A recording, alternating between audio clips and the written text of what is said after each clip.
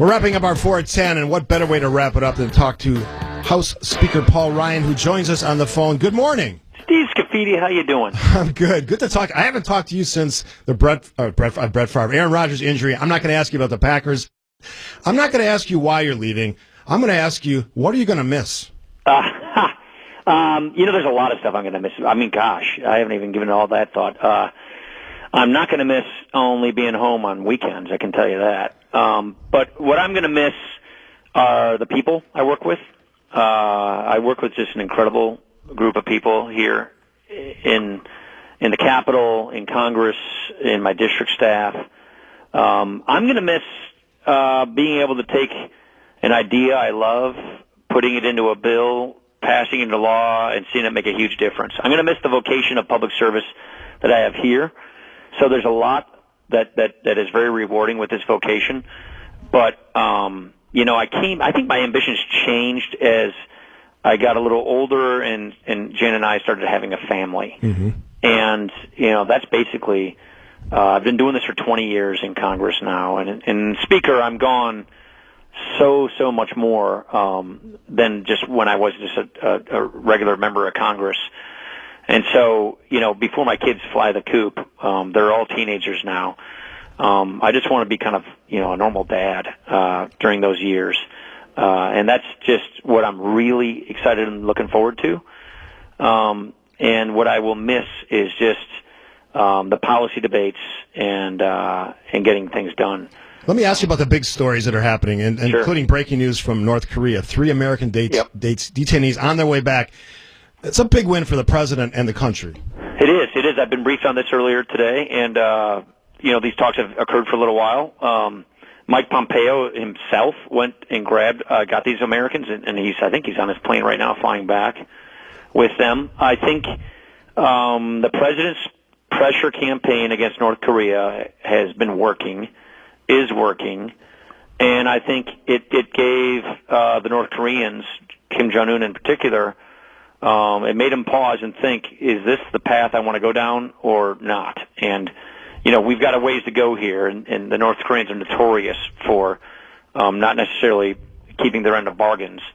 But I think the positive developments we have had, including this piece of news today, really is because the president put a lot of pressure on this regime and made them think twice about their activities. And I think the president's policy has actually been working, and I think this is a result of that. Speaker of the House Paul Ryan joining us. The other big story, of course, the president withdrawing from the Iran nuclear deal. You support that decision, I'm guessing. What are the risks here? Well, I think the risks of staying in the deal was that we were going to bless, effectively, Iran eventually becoming a nuclear power. And the mistakes of the deal were that they were more or less silent on all the other things that Iran was doing with ballistic missiles, with all their malign activities, meaning funding proxy wars around the region to try and topple governments. And that is basically what Iran has been doing. And so I think, obviously we, myself included, the Republicans, we did not like the deal to begin with. We thought it had enormous holes and gaps. What I wish our allies would have done is work with us within the deal to make it stronger, tighter, more effective, to truly prevent Iran from ever getting a nuclear weapon. Maybe we can get the Europeans to put together a new deal with us to do that. But allowing the world's largest state sponsor of terrorism to get away with what they've been getting away with and to have them on a path for getting a nuclear weapon was just not a good policy of ours. And that's why I think the president I think he was completely within his rights, and I think it was the reasonable thing to do is what he did. And I think he wants to get us into a better place with a better policy, and working within the deal didn't work. Our allies just weren't quite there to get it where it needed to be, so maybe we can get a better deal this way. Shifting to domestic policy, you've pushed entitlement reform for a long time. Is there a realistic desire to get this done? And do Democrats understand the consequences if it's not reformed? I don't think they want to help do this. It's really clear. As you probably know, the House every year, since we've had the majority since 2010, has passed a budget. Every Congress we've passed a budget that balances the budget and pays off the debt. We just did one last May. And last year we passed the biggest entitlement reform bill ever passed by a Congress with our health care bill. Unfortunately, that failed by one vote in the Senate, and not a single Democrat was interested in working on that. Is that a win, though? If you get it done in the House and it doesn't get through the Senate, is that a win? Well, it's a win for the House, but it's not a win for the American people because it didn't make it into law. So that's the challenge here is if you want to deal with the debt, you've got to deal with the drivers of the debt. And the drivers of the debt are our entitlement programs.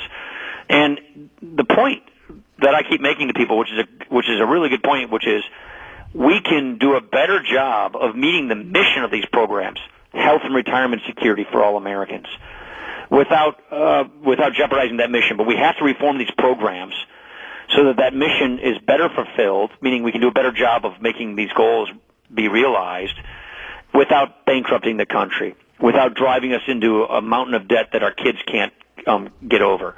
And so that, unfortunately, is not where the Democrats are. And we need a bigger vote margin in the Senate to be able to overcome this problem. The President was there, the House was there, the Senate just quite couldn't get there, literally by one vote. And you're never going to deal with the debt unless you deal with entitlements. The House is here, we're ready, we've done it. We just need to have our governing partners be willing to do this as well. And I just think, the left is just, I think they truly want to see the government just grow so much that it would just do so much to strangle our economy, to reduce freedom, to reduce our free enterprise system, and therefore opportunity and upward mobility. But more importantly, you literally can't tax your way out of this problem. I think they keep thinking just keep taxing people and we'll solve this problem. The math doesn't work like that. You got to reform these programs, and the good news is because of innovation in our free enterprise system and using the power of choice and competition in healthcare, you can actually make good on the mission of these programs and avoid bankrupting the country at the same time. Speaker of the House Paul Ryan joining us on WTMJ. So some critics and conservatives have criticized the tax reform package. I'm a big supporter of it. I think it was a great win for America. But the recent spending bill, it's kind of the opposite of what conservatives have stood for a long time. And those exploding deficits, does that concern you? Well, it concerns me, but it's again, it's entitlement programs that are the driver of that. Discretionary spending is a third of our budget. That's when you think of discretionary spending, think of money that is spent on government agency budgets. More than half of it goes to the military. We spend less today after this budget deal on discretionary spending than we did in 2010. So we are still spending less. This is because of the Republican Congress.